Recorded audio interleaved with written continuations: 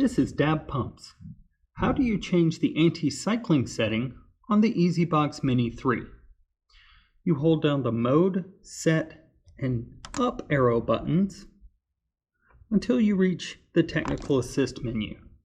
Then you press and release the mode button until you get to the AY screen for anti-cycling. The pump comes with this feature disabled.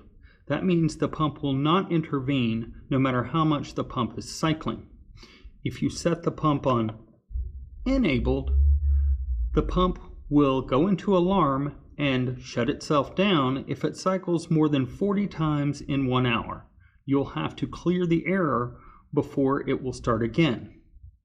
If you change it to the smart setting, the pump will raise the RP or restart pressure differential by 1 psi every time the pump starts more than 40 times in 1 hour.